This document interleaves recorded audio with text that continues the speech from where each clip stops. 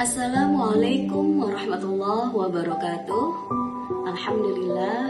Alhamdulillahil wahidil mannan alladzi kataba alaina shiyama ramadan.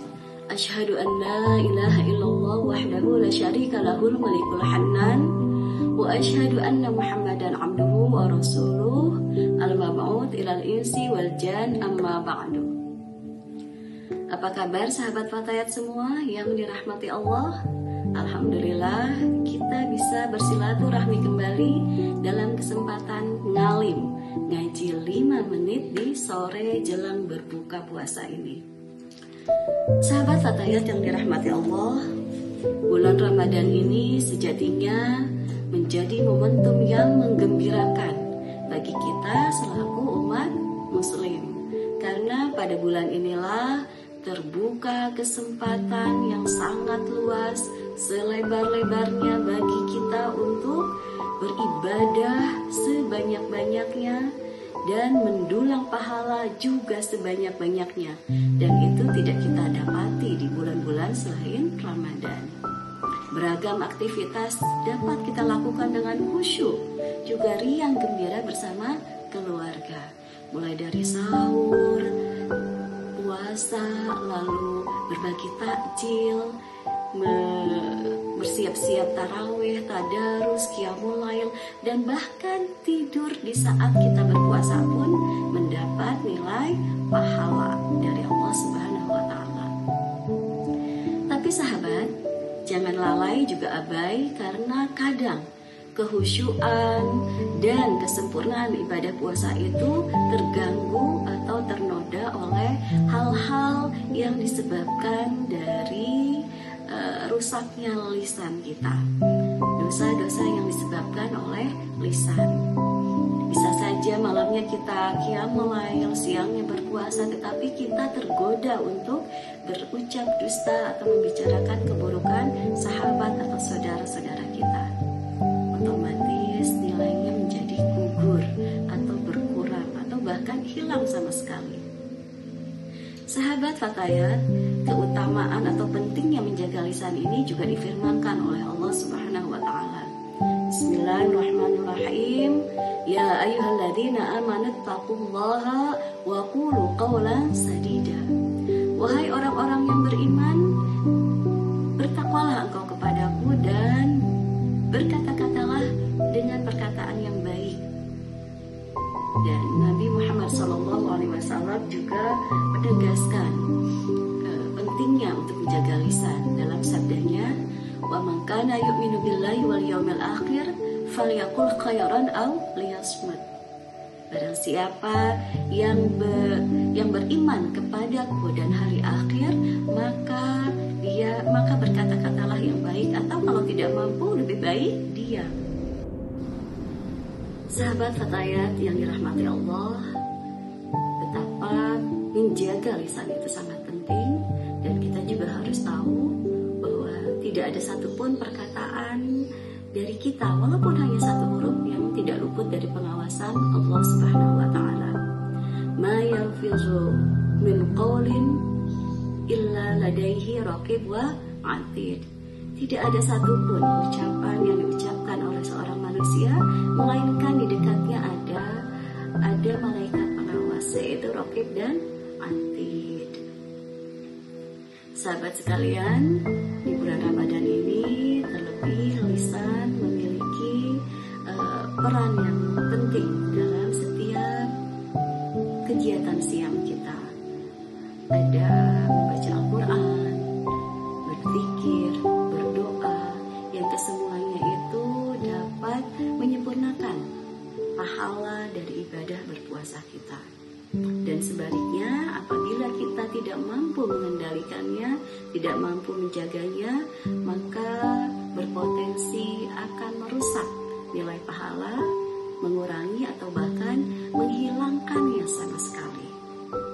Disabdakan oleh Nabi Muhammad SAW, "Kam min shaimin laisa lahu min siyamihi illa al-ju'." betapa banyak orang yang berpuasa yang tidak ada bagian dari puasanya melainkan hanya rasa lapar semata. Diriwayatkan oleh Ibnu Majah. Dan ada hadis lain juga yang menyatakan malam yada' qaula zur wal amala bihi falaisa lillahi hajatun fi ayyada'a ta'amuhu wa syarabuhu. Barang siapa yang tidak meninggalkan perkataan dusta dan amalannya, maka Allah tidak butuh tuh dia meninggalkan makan dan minumnya. Jadi betapa sia-sia puasa kita jika kita masih saja melakukan perbuatan dusta atau juga mencelakakan orang lain melalui lisan kita.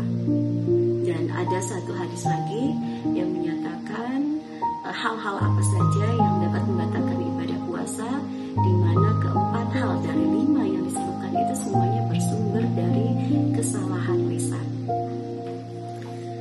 An Anas radhiyallahu anhu qala Rasulullah sallallahu alaihi wasallam khamsatu asya'a tuhaitu shaum al-kadhib wal ghibah wan namimah wal yamin wal ghumus wan nazru bisyahawat. Dari Anas radhiyallahu anhu, Rasulullah sallallahu alaihi wasallam bersabda, ada 5 perkara yang dapat membatalkan pahala orang yang berpuasa. Yang pertama al-kadzib, berdusta.